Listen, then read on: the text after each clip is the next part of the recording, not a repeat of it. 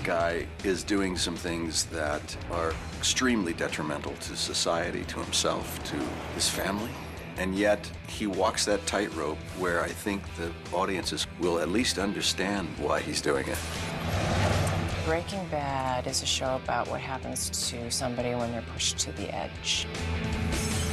He goes from a kind of a mild-mannered guy who hasn't really taken a lot of chances and risks to a powerful, risk-taking guy who breaks to the bad side. It's a Wolfman story. It's a Jekyll and Hyde story. It's a story about a guy who is a caterpillar and we're turning him into a butterfly, a meth-cooking butterfly.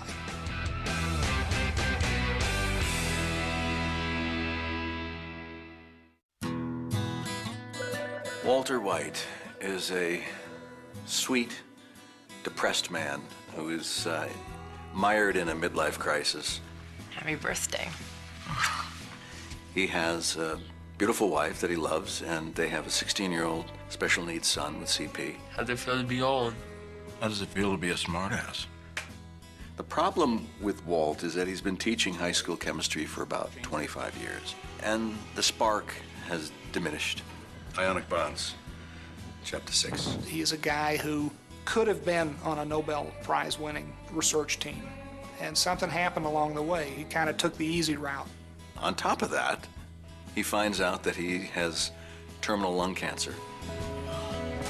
So instead of the dilemma of leaving his wife with nothing and his kids, he decides to do a very impulsive thing, very desperate move, and to use his ability and knowledge as a chemistry teacher to create the purest crystal meth, amphetamine, on the market and sell it.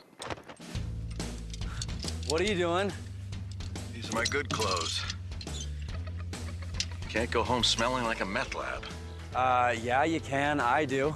I play the role of Jesse. He's this kind of, I don't know, lost kid who has decided to make meth for a living. DEA took all your money, your lab. You got nothing. Square one. But you know the business. And I know the chemistry. Their characters are so different, but they've gone into this thing together, and they can't get away from each other now. What the hell is this? Lab safety equipment. We're also going to have an emergency eye wash station. Our points of reference are completely different. I don't understand what he's talking about. I don't get him. I don't particularly like him, actually, to be honest with you. And as the character, I don't particularly like his character either. See, I love Brian. There's a lot to love. These guys have such chemistry, you know, no pun intended. They're so much fun to watch. They're so much fun to write for. Bryan Cranston and Aaron Paul are the odd couple for the 21st century. Did you learn nothing from my chemistry class? No, you flunked me. Remember? We're so opposite. We're on completely different ends of the spectrum. He's very orderly, and I am just kind of fly by the seat of my pants. Aaron has really, I mean, we're just thrilled to write for him. Aaron, you wait to see him on screen, and he's got like this rubber face and this rubber body, and he can make it do anything that you write down. Oh, this is a good look for you. Oh yeah, work it. Could you shut up and help me? There's a lot of humor in it. With every good drama, you have to have a certain healthy dose of comedy to offset it so it's not so morose. The minute I read the script, the writing was so dark, so funny, so unique. I loved all the characters. What the hell is this? Damned if I know. I described it as mosaic folk art. Well, a lot of the humor comes from the situation of having a character who is the complete fish out of water. He's a guy who has no experience in crime, very straight-laced guy. I mean, he's a high school chemistry teacher.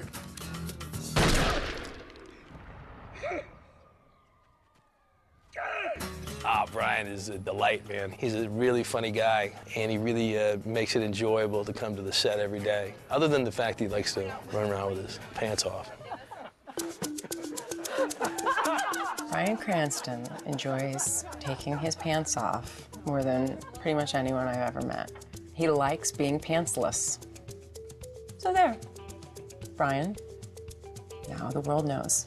He was in his underwear for pretty much like a week straight, and like the first couple days, for lunch, he'd go back and kind of change into his clothes, but then eventually he's just like, screw it.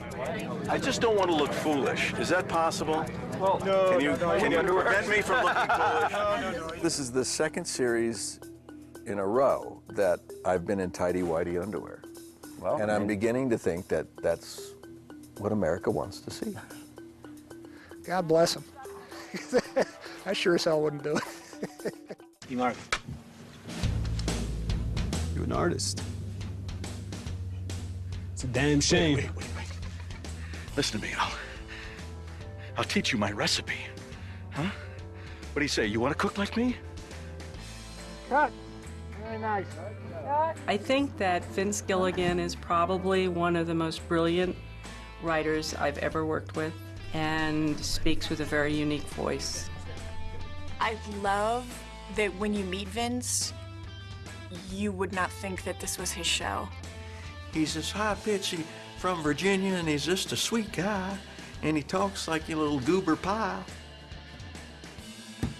But he's got some twisted secrets going on deep inside of his psyche. That's what's so strange. Like, Vince is this kind of kind-hearted person, but he writes some We look how we look and we think how we think. The weird thing is, when I come up with these stories, I don't really think of myself as, I don't really think of the stories as being that out there. He's such a gentleman. He's so nice. And then sometimes you just get to a scene and go, oh my God, I can't believe that just happened. Wipe down this!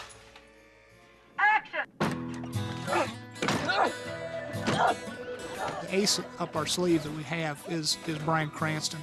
I had clear ideas, or I thought I did, about who Walt was when we started on this process. But Brian's ideas were clearer, and they were better.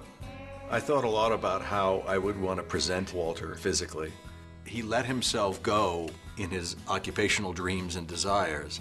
So too was his body. He let himself go. And we took all the color out of my face and just took it down. Had this silly little mustache that really didn't say anything. You know, even his name. Vince said his name is Walter White. You know, just White. As we progress, Walt will change. He starts out as the most bland, ordinary milquetoast guy in the world, and then he starts to come to life, and we end up in green, which represents life to Walt. You are not how I remember you from class. I mean, like, not at all. We've treated this like a feature film.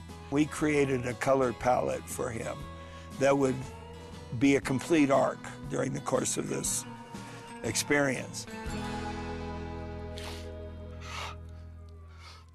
At the end of the day, this has to be a show about the consequences of a really bad decision. And one of the worst things I could think of that he could do would be to cook crystal meth. I do not think that it glamorizes crystal meth at all. I think it shows it in its absolute truthful form. And it's not pretty. This is an evil, awful drug, crystal meth. This is glass grade. And it creates a tremendous amount of damage to society. And it's not something that Walt was able to even listen to at that point. He wasn't capable of looking and thinking long term. But in our series, we will show the effects of what crystal meth does to a person, to a family, to a society. And it's going to be heavy at times. But I think it's where we have to go. No, we only sell it, we don't use it. Okay, since when? The audience doesn't have to agree with anything Walt is doing, but they have to understand why he's doing what he's doing.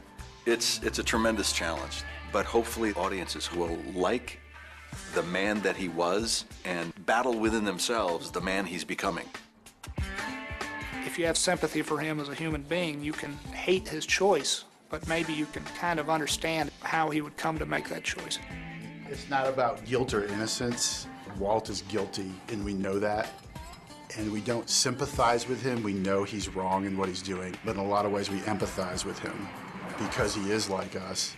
I wanted a character who was just a very square dude, a very straight arrow kind of an individual.